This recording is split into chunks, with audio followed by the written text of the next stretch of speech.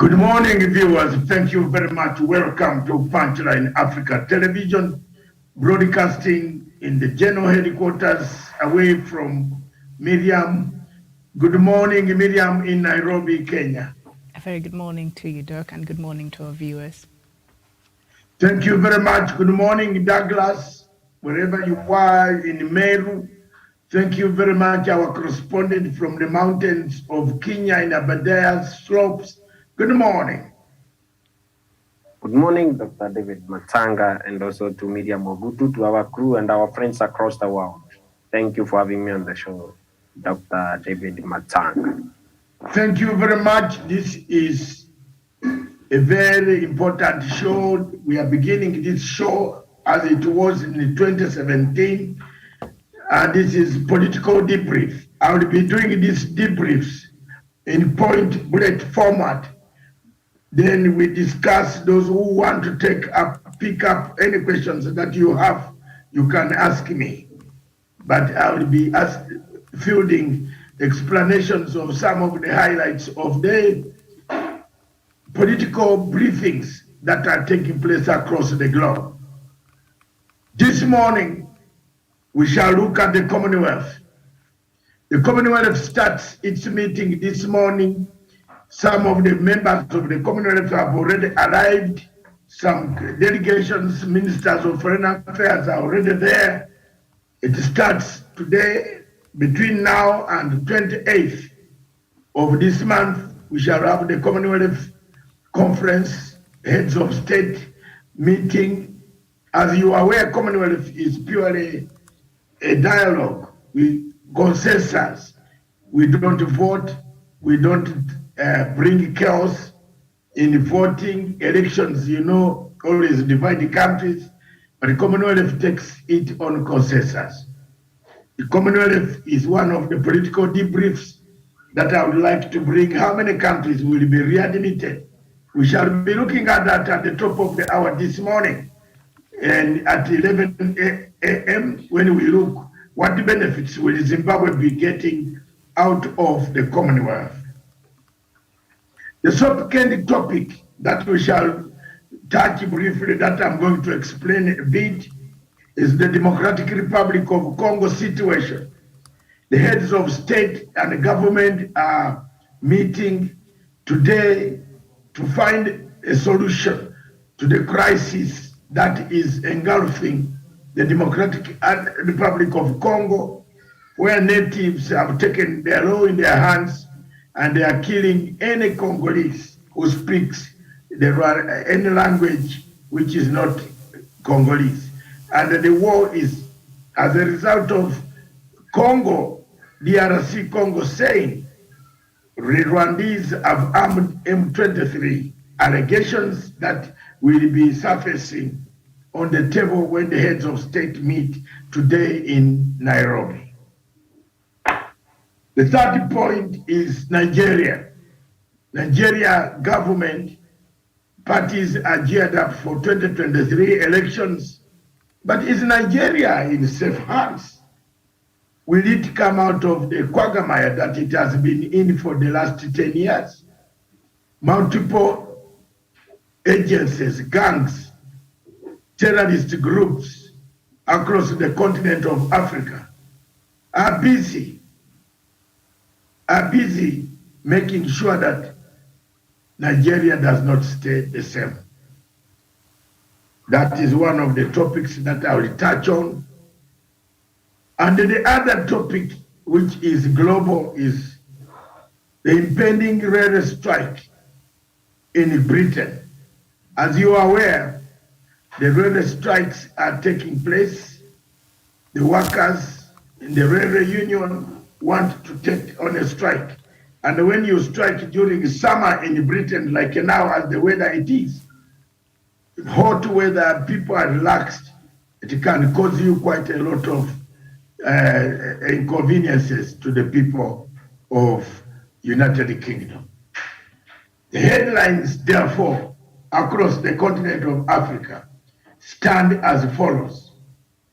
The Daily News of Tanzania, Samia insists on quality education. education across every country is emphasizing education. And as you are aware, it is us in East Africa, Kenya, and Uganda, our education standards were high, but now the dilution of our standards through the degree purchases online and other degree malpractices that are coming out of the Ugandan institution that could belittle our educational system that we had held for high for a long time. Tanzania emphasizes quality education to the people, to the students, to the pupils, to the university graduates. The citizen of Tanzania said, Chadema, CAF, do this, and the budget will be good to go. There is a pull and a push about the Tanzanian budget. Chadema and the CAF,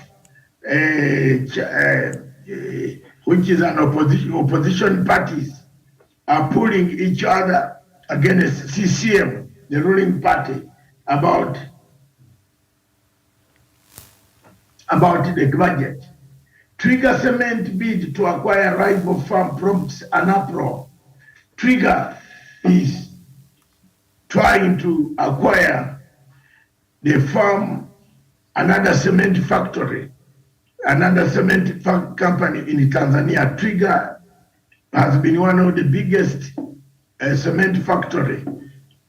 Like here we have Athi River Cement, Portland Cement in Athi River, and then Mombasa Cement. Those are some of the big factories. The new vision of Uganda ministry to pay teachers directly, experts advise. The Ministry of Education has devised a method of paying the teachers directly instead of sending the money to the schools. Some headmasters, as they get the real money, all of it, it comes for 20 teachers. They decided to take some of the money and do business. Then the teachers languish for 2 months, 3 months, and then from the business, the profit is what they pay the teachers as they want. So the government has decided there will be no more payments of money directed to schools. And then the Daily Monitor said Makerere students gamble feature to loan sharks. Money is becoming difficult in Uganda, that students that want money or to complete their semesters and college, they are gambling their lives by borrowing money from money sharks who lend them at a high price. And as you know, the cost of education is always very expensive. One of the stories that has interested me in these political debriefs is the story of how Uganda is taming corruption. I want to tell you that government officials agreed to refund 10 billion, which is 3 billion Kenya shillings, after Monitor exposed, and the IGG went there, and these guys said we can surrender the property that we had, hold it as the guarantee, but we shall pay back all the money. And that is exactly what they are paying back. They have been given 2 years to repay back, about 18 of them, to repay back the money they misused. They gave hot air invoices. Some of the work was not done. They were found guilty by the IGG. That is, I think Kenya can also borrow from that when you know that someone has taken the money, let's go to him and arrange how he can pay back. And say, give us your logbooks of your cars, but now within 2 years, we need that money back. If you fail to come, we take them and also take you in prison. So that is what Uganda has done. APC, PDP clash over voter buying on his camp, Namaus, legal action. There's still also voter buying in Nigeria, where people have clinched a presidential candidature of the main parties. Should crowds give Tinubu rousing welcome to Lagos? The new APC presidential candidate is in Lagos to familiarize his tour. In France, Macron might lose his power, and I pray he does, because that will be very good. But who is coming in? Extremists, those ultra-nationalists who does not want black people in France at all. Again, the Guardian anger as ministers refused to join last ditch effort to hold railway strikes in Britain. And the Telegraph, railway union threatened to strike for 6 months. That will bring a lot of chaos in London. We all depend on that railway for transportation of goods, and the human millions and millions across Britain use the railway as their transportation means, so it can cripple the whole economy and the whole country, because people will not be able to go for work in London or in Glasgow or Edinburgh or Warwick or Brighton or in all cities or Birmingham. And there is, as you know, the Commonwealth Games are beginning at the end of this month. And if there is a railway strike, it will definitely affect the visitors who are coming for the Commonwealth Games in Birmingham, which will be taking shape, opened by the Prince William, what? The heir to the throne. Prince Charles. Prince Charles. My words are being eaten. The heir to the throne. The Herald of Zimbabwe says Zimbabwe stands a chance for Commonwealth re-entry. This is the topic we are going to see on top of the hour, so we don't need to talk much, but it is already the Commonwealth that I've talked. Then the non-government newspaper, opposition paper says, the Newsday says we will unleash our dogs, ZANU-PF. There is quite a lot of friction between MDC, CCC, and ZANU-PF. The daily news unions crank up the heat on government. So that is exactly the newspaper so far. Thank you very much, ladies and gentlemen. As you know, the Commonwealth will begin their meeting tomorrow morning, and we are not going to talk about it in this session, but that is, they will bring all heads of state of 54 countries will be lining up in Kigali, Rwanda, to discuss the Commonwealth, the achievements, the way forward, the economy. After this is the first meeting after COVID-19, and one of the meetings after the removal of Britain from the European Union. And as you are aware, the European Union was a very instrumental trading partner with the British, with Britain, and therefore Britain seeks to consolidate its trading partners abroad, such that it doesn't lose its superiority as a trading partner and economic bloc in the West. It's actually starting today, Doc. Yeah. The Commonwealth meeting or summit is starting today, the 20th to 25th. Yeah, that is the Commonwealth heads of state will start tomorrow.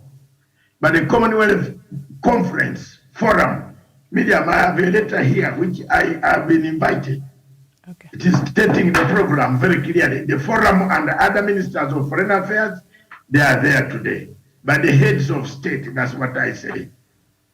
The 54 heads of state and the government will start officially opened with an official, but you know, as you are aware, the Commonwealth foreign ministers go to lay a background. I was one of those invited to go to Kigali, but I have not gone to Kigali because of a few technicalities, and I have the other work that I have. So I am here. But it starts today. I would be today in that meeting called the Commonwealth Foundation meeting, of which the Secretary General invited me to be one of the participants in that conference. Thank you. So that one we shall look at the top of the hour. Now, the situation in the Democratic Republic of Congo, as I've briefed you as a headline, is worrying. We saw pictures and the photographs and the videos running around, making rounds around the social media. If these pictures are really coming from DRC Congo, it is a very regrettable situation, and it is worrying to the people of the Great Lakes region and East Africa and the world at large. Is there a way we can find a peaceful solution to the problem of Congo? How can we heal this once for all? Why is it that the violence is again erupting? Yesterday we talked at length about it. Miriam, perhaps if you have anything to say about it, we did summarize our things yesterday, but if there is anything new that has come, a meeting that is taking place today that has been called by President Uhuru Kenyatta, hopefully will come up with a solution to stop the bloodletting that is taking place in the DRC Congo.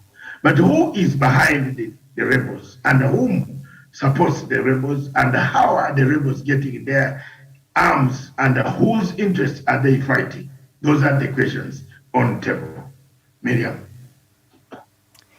Well, very well. As you say, Doc, we talked about this yesterday, and I think that is something that anybody who is involved in the mediation efforts or seeks to find a solution to this perennial conflict in the Democratic Republic of Congo has to look at. If at all they should find a lasting solution.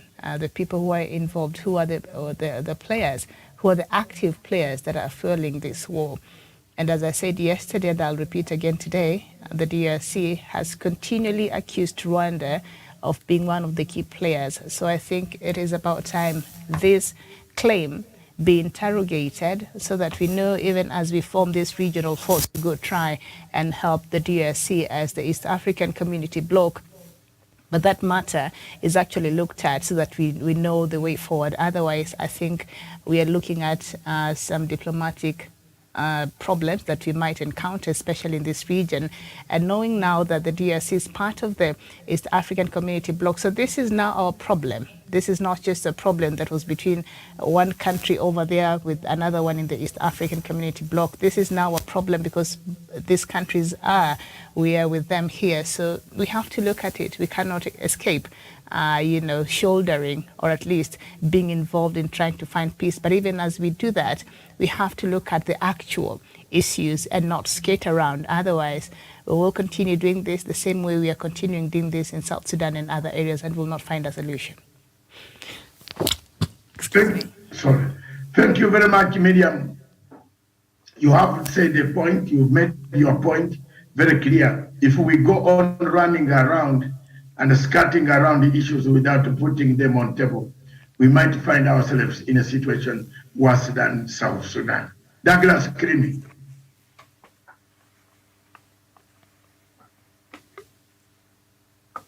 Douglas.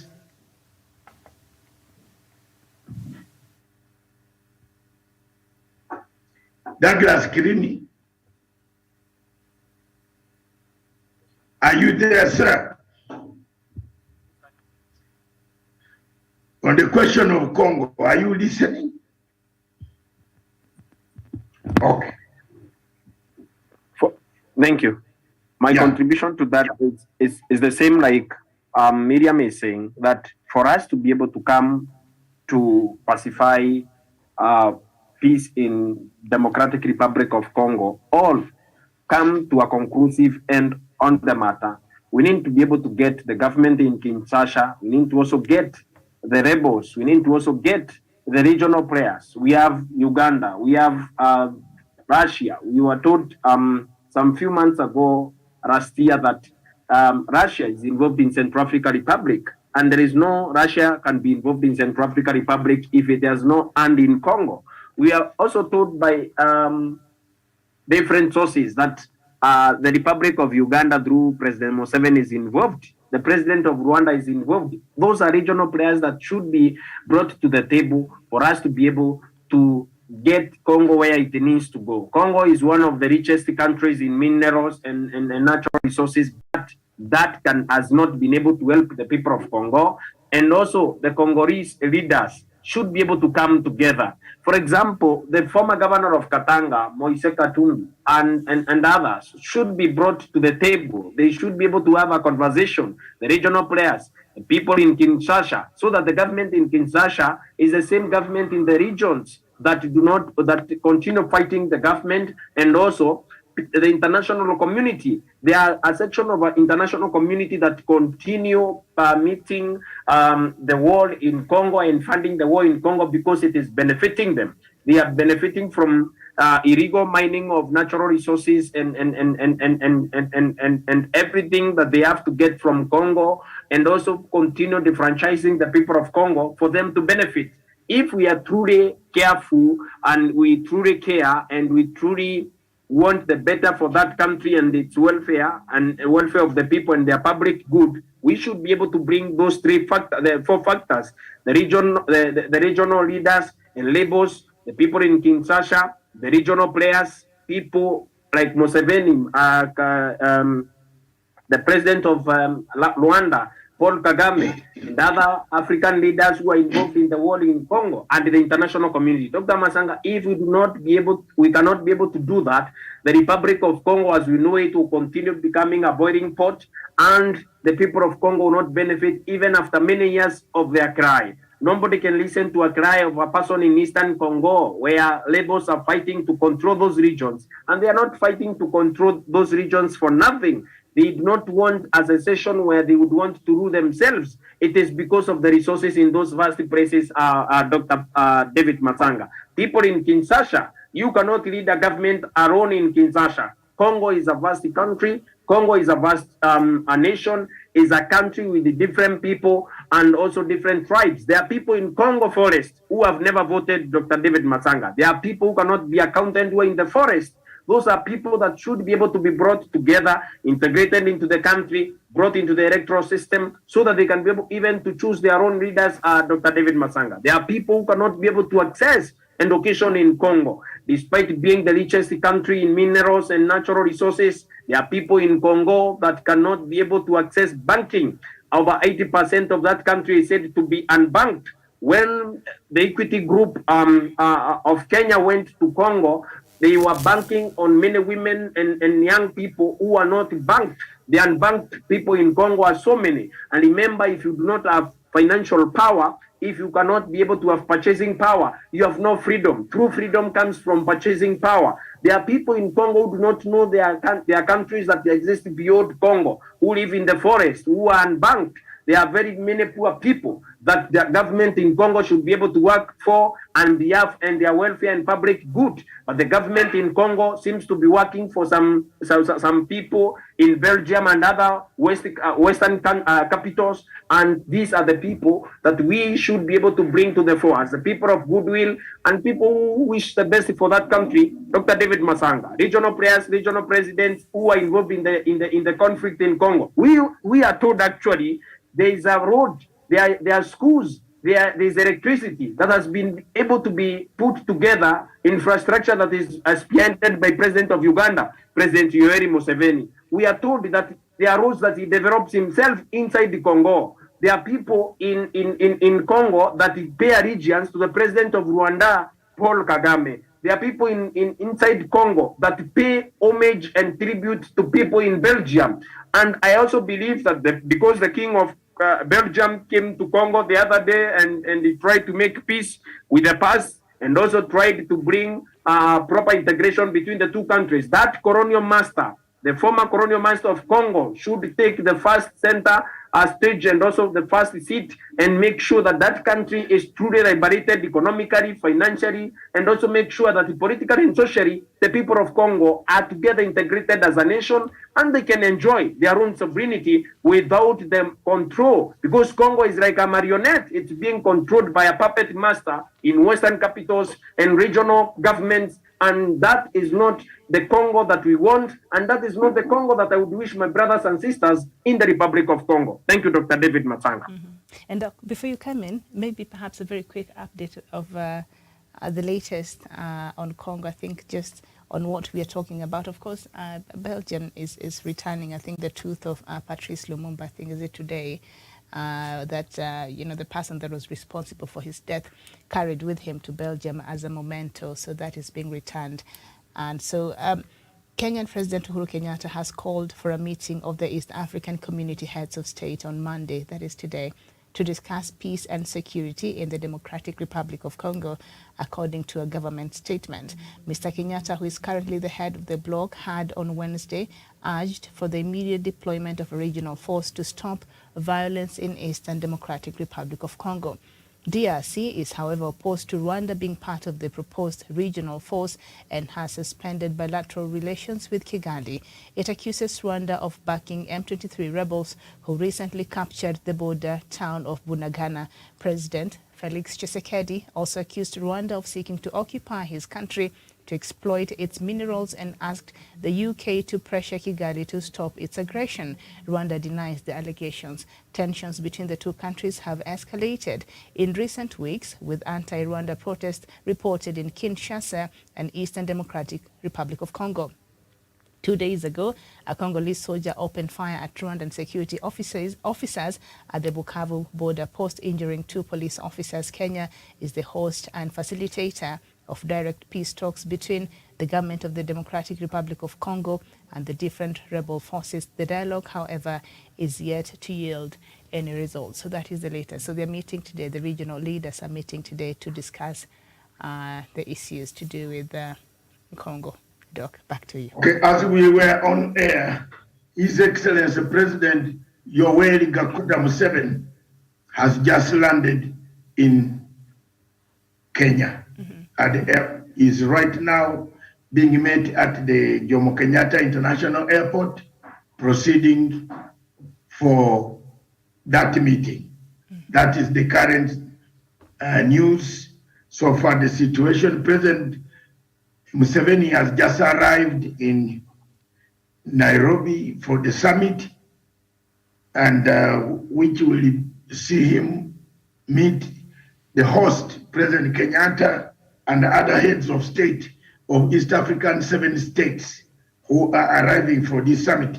The situation in Congo, really, political debrief can tell you, is not the one that we can delay.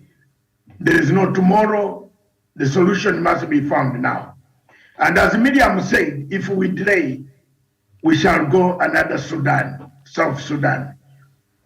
And that is the situation that we neglected in 2013. It went on growing, it has grown, and it is growing, and it is growing. Yesterday, when we talked about South Sudan, lots and lots of telephone and text messages and WhatsApp messages that I got from the diaspora. The people who said I should not keep quiet, I should talk about the I should talk about the hybrid tribunal. I think it will be the only one that will be a deterrent, that people will fear getting arms anymore. That should be there. Most of them, I did not know. Thousands and thousands of them. Some of them have never even known where their parents are. It is better you know where your parent is, that he has died, and you are told that you buried. But some of these people, when they left, they don't even know where their homes. Some of them left when they are young. They don't know where their homes are. So it is very pathetic until a tribunal comes in to clean some of the mess as a deterrent. We might not be able to see peace. So those are the That is as far as Congo is concerned. Another political debrief that I would like to make this morning is the question of violence and the question of double standards by the IEBC in Kenya. As you are aware, Miriam has already, you people in your first show, you have already talked about it. And if that is what it is, then that is what it is. It is sad that political violence is again growing up in Kenya, and the hotbed of it in Nairobi is well known, is well documented in the area. I wouldn't like to go deeper into what you have discussed this morning, but I endorse exactly that both sides should restrain themselves from exchanging views. And I was talking to another show this morning where I said openly, surely, why should the Prime Minister Raila Odinga reply in social media to him? That the handlers, the communication guys should keep quiet. Let him talk what he talks, because he's creating a ping pong to win sympathy through the social media. Yet he could be the one triggering even some of the people. Those two guys, Murithi and Mr. Both of them have similar characters. If you didn't know, both of them have similar characters. They have dubious dealings. Both of them do dubious dealings. And this is something that you cannot rule out. And the dubious dealings include some, they are all agitated younger people. The best that IEBC, what to get rid of such people is to blacklist them so that they don't take any political seat, so that the other law can now catch them when they don't have either an MP status or a status that acquires him to have a gun, which threatens people and mobilizes people. That is all I can recommend. I think the IEBC should technically take off people to show seriousness, disqualify some people on the basis of let them go to court. But the court is not going to come to thank you that you have organized to beat people. Thank you very much. You are a very good man. No. Thank you. Any comments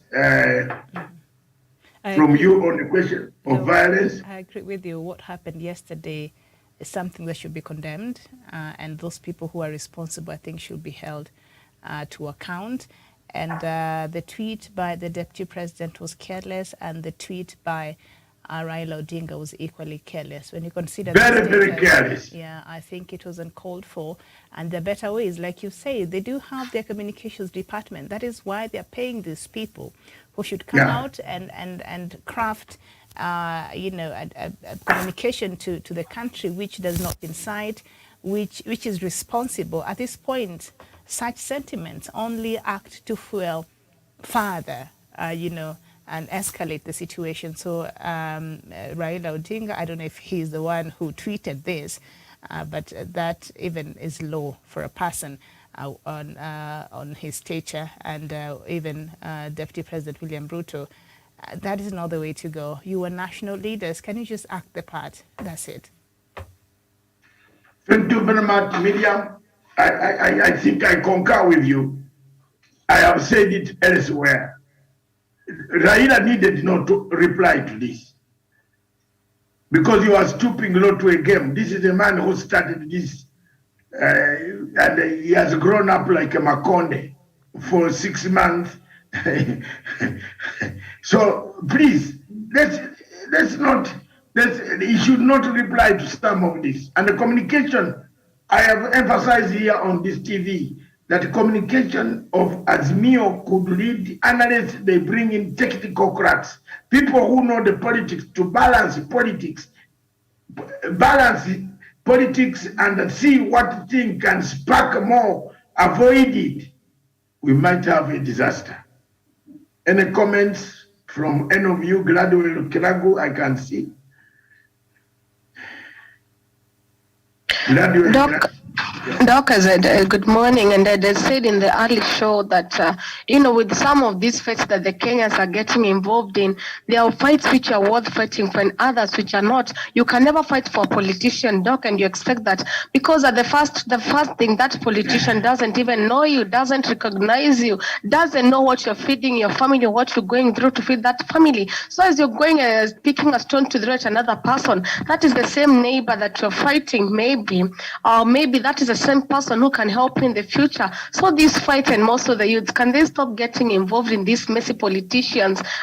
Fights which are not worth for, because that politician, when get hurt, he or she has the power and maybe has the money to get treated in a better hospital. You'll be here queuing at Kenyatta National Hospital waiting for you to be attended, and the reception you'll get will not be pleasing. So know your fights, know the fight and the person you're fighting for as Kenyans, and most of the youth. Some fights politically are not worth for.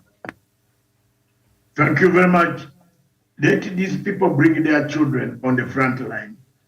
Then the stones can rush and they see the pain of injuring somebody on the front line. Douglas, thank you very much, Kiragu. Douglas. Thank you, Dr. David Matanga.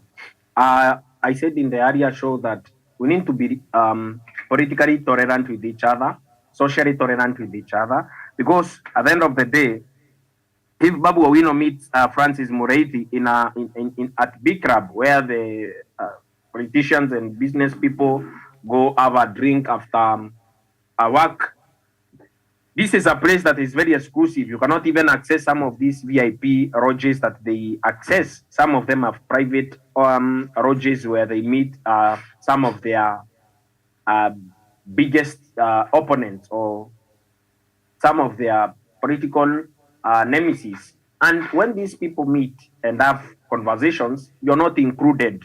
You are a person who is economically handicapped to meet Babu Owino and Francis Muriithi at a billionaire's club in Kilimani or Mombasa or any other place that they are going to meet. They can decide to go and solve their problems in Dubai, and Francis Muriithi will receive CDF tenders and also have a good word passed for him through Mheshimiwa Babu Owino in the national government of President Raila Odinga. That is if he wins. But if you look at it critically, we are the pawns in the game of in the game of the two people or any other politician or any other political camp. But I would also wish to caution people in the Republic of Kenya. If we are going to support a particular candidate, let's do that in principle. Let's not do that in bloodletting and also chaos and violence. Remember, when these people, politicians, go out there and they insult each other, they do not fight actually. It is you that is going to be collateral damage. I believe a person that injured Francis Muriithi is going to cool his heels for so many years in court. And I believe Babu Owino is not going to be accosted, maybe is not going to be charged, is not going to be arrested for the same crime that you committed as a poor person that injured the Honorable Francis Muriithi or the competitor to Babu Owino. Remember, when we, the people of this country, ban this country, Francis Muriithi, Babu Owino, William Ruto, Raila Odinga can afford to leave this country and come back, and they can claim that their lives are in danger, and then they can be able to seek asylum in other countries, or they can go on holiday for 6 months until this country is reconstructed somehow, and they can fight their way back to their rubbish homes and lavish lifestyles and all that. But at the end of the day, let's be tolerant to each other. If I support the Right Honorable Raila Odinga, I have not committed any crime in law. It's my democratic right. And to you, supporting William Ruto and Francis Muriithi of this world, have you not democratically chosen to do so? Is it not your democratic right to do so? We have to also separate political ideologies, the issues, and also violence and stealing and destruction of life and property. Francis Muriithi could have died yesterday and caused a lot of chaos in Embakasi constituency. Not only Francis Muriithi, there are so many politicians whose life is in danger because of their recklessness and also the recklessness of their supporters. We are cautioning people who are supporting politicians, and actually politicians themselves. They need to also not take themselves into hotspots of danger and violence and chaos, and then later on say that my life would have ended. It is actually true that your life could have ended because of your recklessness and the carelessness of also your supporters. We need to be tolerant to each other. Let's be tolerant and remain peaceful as a country and also as a people. Thank you. Thank you very much, Douglas. Our last topic today is global. We talked about Nigeria. The elections in Nigeria, before I jump to last topic, are heating up, and all parties in Nigeria. But will Nigeria ever stabilize? We need to have a leader who can control and bring back this nation. I give it to you that it will not. With the type of elections that we are recycling the same past people who have been there, who have brought the mess in the first place, it might not recover. What is your view, Miriam? I think with good leadership, it just might, because what we have experienced in Nigeria is a lack of leadership. President Muhammadu Buhari has failed terribly in showing leadership, and so it's no wonder his deputy fell third. Was it third or fourth in the when the party was looking for a replacement? Because I think what I heard him to be saying some other time is that he will continue with the policies of President Muhammadu Buhari, and I think he also claimed that President Buhari has done well as far as addressing the issue of insecurity is concerned, and he was planning to build on what President Buhari has done as far as that is concerned. And we all know that President Buhari has performed very dismally in addressing that issue, because I think it's one of the most pressing issues in Nigeria today. The lack of security that comes in many facets.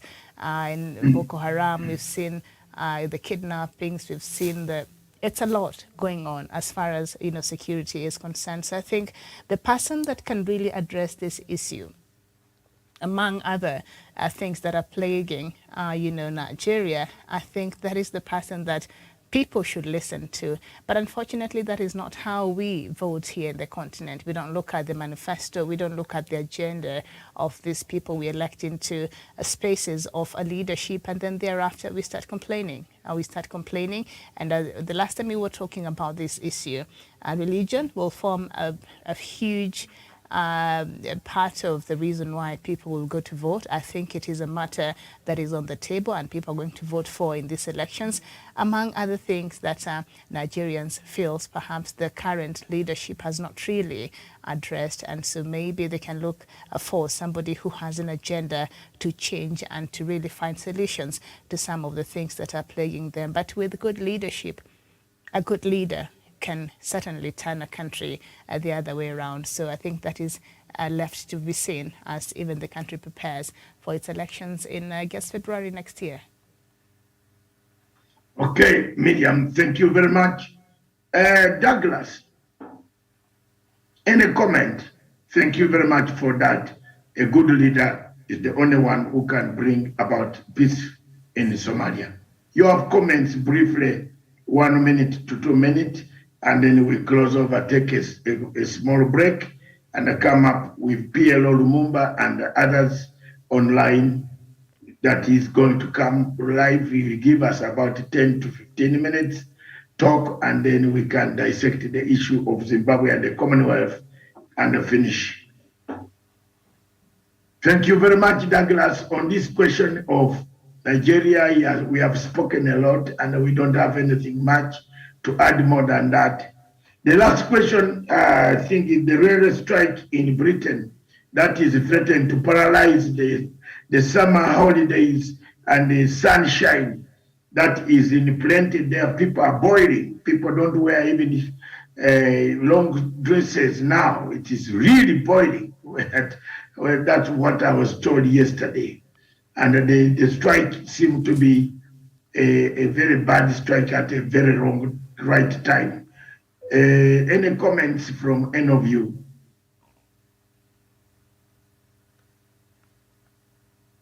No. Thank you very much. Those were the political debrief as far as the current situation We have talked about violence. We have talked about Commonwealth. We have talked about Democratic Republic of Congo. We have talked about Nigeria. We have talked about the railway strikes. We have talked, of course, we did not talk about how Macron, but we shall look at as the situation developed in France. Macron seemed to be losing, and there could be another election, a mini election, to decide who can run that country if he loses the majority of the party members who joined him to form a government. Thank you very much, viewers. That was a political debrief from Dr. David Matsanga, from the general headquarters, away from the headquarters itself. Miriam Ogutu, Douglas Kirimi, and Gladwell Kiragu, thank you very much. See you at the top of the hour, which is 4 minutes from now. God bless you. God bless Africa. Thank you.